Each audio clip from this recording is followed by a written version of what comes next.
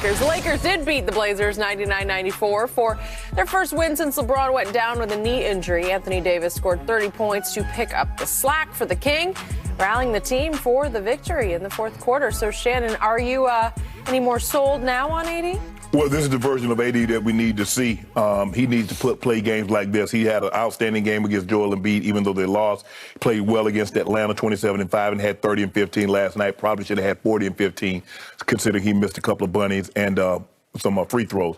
But Skip, this is the version of AD that they're going to need to see when LeBron comes back. If they want to have any chance of making the playoffs and posing a threat to Phoenix, Golden State, Memphis, AD needs to play like this.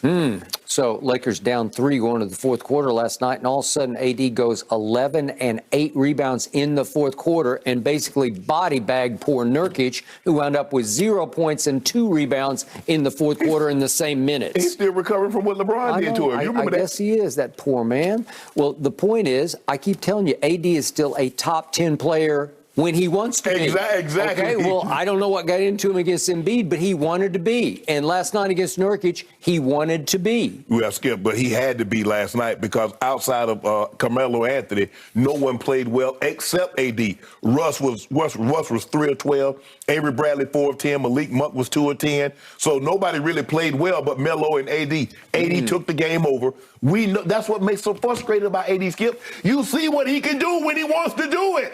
He's much better than LeBron is now when he wants to be. Oh, my goodness. There you go. Am I right? No, you're not right. He go. The Lakers. Okay, they always keep us talking. Skip, Shannon, really great stuff. We are back for a show tomorrow, Friday, and the herd is on now. It's called Enjoy. Have a good one. While the Lakers won without LeBron last night, they still sit 2 games below 500, currently in the 9th seed in the Western Conference playoff race. And Charles Oakley thinks that's not good enough for the King, telling SiriusXM Radio, quote, his legacy right now is he definitely wants to win a championship before he retires. He might leave LA to get it. He left twice. He'll leave again. Shannon, do you agree? Skip, I know Charles Oakley very well. Actually, I'm interviewing him on Friday for his book, The Last Enforcer. And so he knows LeBron. He's close to LeBron. But I don't believe LeBron will leave, Skip. Now, this is what let's go back here. I believe the Lakers will try to get off Russ this offseason. Now, how effective they are in doing that, I think will go. Now, if you can get off Russ, get another, I'm not saying superstar, but get another top-level player to team up with LeBron and AD, I think that greatly increases his chance. Because he's not going to just, the Kareem record, sure, he wants that. But he wants to be able to contend and compete for a title in the process of going for that record. Yep. And if that's not in L.A., he does have 1 more year on his contract, Skip. If that's not in L.A., well, he might have to take his show on the road. And that's what you do when you're, Ringling, they went to a different city every week. Every week. They had to take the show on the road. So that's what we do. We want everybody to see this, what we got going on. So if that's not what we want to do, but if we're forced to do that, I don't think we have a problem doing that. Because like Oak said, we moved before, moved from Cleveland to Miami, Miami to Cleveland, and Cleveland here to L.A. So we moved before several times. Cleveland to Miami, Miami back to Cleveland, Cleveland to L.A. So we moved 3 times, actually. I am with Oak on this. And I think the oak tree that is LeBron James will be uprooted and will be replanted elsewhere, maybe by next year, because we all know LeBron James is the greatest front runner in the history of basketball. Unfortunately, with the Lakers now, he has little to no front to run with. Much of that is his fault because he helped put this team together. I think he had final say. He wanted Russ. You wanted Buddy Hield. He said, let me have Russ. And now he's stuck with Russ. And they're stuck with Russ maybe into next year because they owe him for next year $47 million. So to me, LeBron probably, as we speak, is scouring the countryside saying, James Harden get up out of Brooklyn, we might go to Brooklyn. Might go to Brooklyn. We might do that. Or those Cavaliers got a little something. No, we ain't fooling with that again. We're done with him. No, not third time's the charm. No, we might go link up in Philly with Joel Embiid. Okay, why not trade clutch for clutch? Why not Ben Simmons to the Lakers for LeBron James straight up? It's over. Huh? It's over. Is it? It's over. With the process, the process and the king, Yep. Well, automatic book it. Are you advocating that right Automatic here? book it. I ain't advocating anything, but I'm saying book it. Well, then that should happen after this season. I start getting size for my ring. Would you? Yeah. Really? Yeah, I would. Huh. Yeah. LeBron would be in year 20. I don't care if he's in year 22. And Joel Embiid will be in year what? Still giving folk the business. Yeah, sometimes Joel Embiid looks like he's 64 years old, right? Oh, now you want to take a shot at Joel Embiid. I love Joel Embiid. He's the best center in basketball. You disagree? Now you want to back off that? No. You want Jokic. Jokic. Who's Western Conference Player of the Month? Well, who has been the MVP front runner? The Eastern Conference Player of the Month with Joel Embiid. Yeah, correct. Thank you very much. But I think the MVP is between those two guys, although John Moran is slowly creeping his way into that discussion. I keep telling you, Memphis is legit, for real. They are an authentic contender as we speak.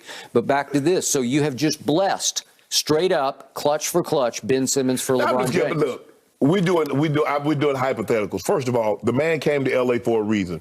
His family's here. They love it here. His kids love it here. Bronny Jr. is at Sierra Canyon. Bryce is also at Sierra Canyon.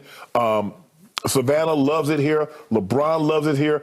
All of his business ventures, Maverick, everybody is here. Everything that he really wants is here. Now, the objective, he came here not only for what basketball couldn't give him, but for what basketball can. This is the Lakers. It's the biggest brand, one of the two biggest brands in all of basketball. Now, if you can't surround me with the pieces I need, well, I need to go, hey, I can always move back. Well, they're just off season here, right? No, it's going to be our full-time home. Yeah. Well, remember once upon a time when LeBron was scouring the countryside, there was a report that he actually, I think it was he and Savannah flew to Philly to check out private schools. We ain't living in no Philly. Okay. We're not that Philly. You don't live in Philly. Well, you play in Philly. Okay, you leave the outskirts. You live in like Jersey. You live in some suburbs. It's called the Main Line, and it's high rent. It ain't Brentwood. No.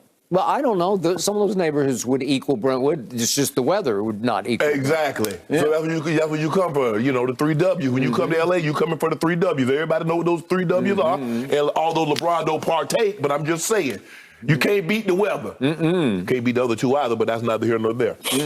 So LeBron is gone from the Lakers. Shannon Sharp. Well, that's what I said. That's not what I said. You just concluded that. I said it's going to be incumbent upon the Lakers to convince LeBron that they can put pieces around him that he can contend for a title. That's going to be Rob's job. That's good. I know Bron knows how Jeannie feels. Jeannie knows how her dad was about superstars. Yep. The Lakers, they go get superstars. Wilt, Kareem, Shaq, LeBron. It's all about, so superstars normally want to come. Russ. There you go. See. Westbrook. You're stuck.